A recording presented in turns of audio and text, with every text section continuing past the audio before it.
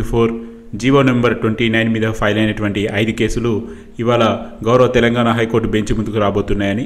So ఇవాళ అవి bench ముందుకు వచ్చాయా, అదేవిధంగా తదుపరి వాయిదా ఏ తేదీకి ఇచ్చారు, ఇవాళ ఏం జరిగింది అనేది పూర్తి వివరాలు తెలుసుకునేందుకు ఈ వీడియోలో ప్రయత్నిద్దాం.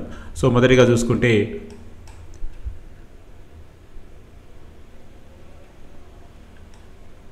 మనం అనుకున్నట్టుగానే ఇవాళ court number 2 item number 48, 69, 70, 71, 72, 73. So ఈ 5 కేసులు కూడా గ్రూప్ 1 జీవో మీద ఫైల్ అయినటువంటి కేసులే. ఇవి కంప్లీట్గా జీవో 29కి సంబంధించిన కేసెస్లు. ఇవన్నీ కూడా కరెక్టింగ్ కేసెస్. సో ఇది మెయిన్ కేసు వచ్చి మనకి 26038/2024. ఇవన్నీ కనెక్టింగ్ కేసెస్. సో దాదాపుగా 5 కేసులు ప్రస్తుతం జీవో 29 మీద యాక్టివ్గా ఉన్నాయి. సో ఇవి మనకి ఇవాళ బెంచ్ ముందుకైతే రావడం జరిగింది. సో బెంచ్ ముందుకు వచ్చిన తర్వాత ఇవాళ కౌంటర్ మీద కొద్దిసేపు చర్చ అయితే జరిగింది. ఆ చర్చ తర్వాత వచ్చే వారానికి వాయిదా వేశారు. నవంబర్ 26వ తేదీన ఈ జీవో 29 మీద ఫైల్ అయినటువంటి అన్ని కేసెస్ వినడం జరుగుతుందని గౌరవ ధర్మాసనం అయితే తెలియజేసినట్టుగా సమాచారం. సో మ్యాక్సిమం ఆ వీక్లో ఆర్గ్యుమెంట్స్ అన్నీ కూడా కంప్లీట్ అయ్యే అవకాశం అయితే ఉంది.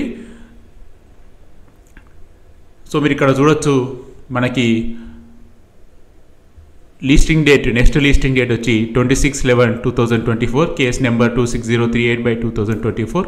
అదేవిధంగా ఇది ఒక మరొక కేసు, ఇది కూడా మనకి 26 ఇచ్చారు. ఇవన్నీ కనెక్టింగ్ కేసెస్. సో ఇవాళ గౌరవ పిటిషనర్ తరఫున ఉన్నటువంటి న్యాయవాదులు కూడా ధర్మాసనం ముందుకి కొన్ని పాయింట్స్ అయితే తీసుకొచ్చినట్టుగా మనకి సమాచారం. అది మరి ముఖ్యంగా రిజల్ట్స్ గురించి కూడా మాట్లాడడం జరిగింది. అందుకు ధర్మాసనం మాట్లాడుతూ ఆల్రెడీ గతంలోనే గవర్నమెంటు మినిమం రిజల్ట్స్ ఇవ్వాలంటే దానికి 3 months పడుతుందని చెప్పారని, సో దాన్ని మరొకసారి చెప్పడం జరిగింది.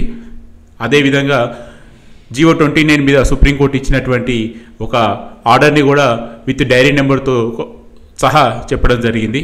సో ఏదేమైనా కానీ వచ్చే వారంలో ఈ జీవో 29 మీద ఒక క్లారిటీ వచ్చే అవకాశం అయితే మ్యాక్సిమం ఉందని మనం ఎక్స్పెక్ట్ చేయొచ్చు. ఎందుకంటే దీనికి తగిన సమయం కేటాయించే అవకాశం కనబడుతుంది ఇవాళ వారి యొక్క సంభాషణలతోటి. సో ఓవరాల్గా చూసుకుంటే జీవో 29 అనేది ఎంత త్వరగా క్లియర్ అయితే అంత మంచిదిగా మనం భావించవచ్చు. ఎందుకంటే దీని మీద చాలామందికి ఒక పెద్ద కన్ఫ్యూషన్ క్రియేట్ అయింది. సో దానికి ఖచ్చితంగా ఒక పర్ఫెక్ట్ క్లారిటీ ఇవ్వాల్సిన బాధ్యత అయితే ఉంది.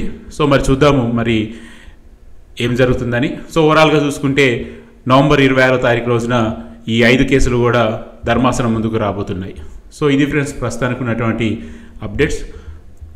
మరికొన్ని ఇంపార్టెంట్ అప్డేట్స్తో మళ్ళీ ముందుకు వచ్చేందుకు ప్రయత్నిస్తా. Stay tune.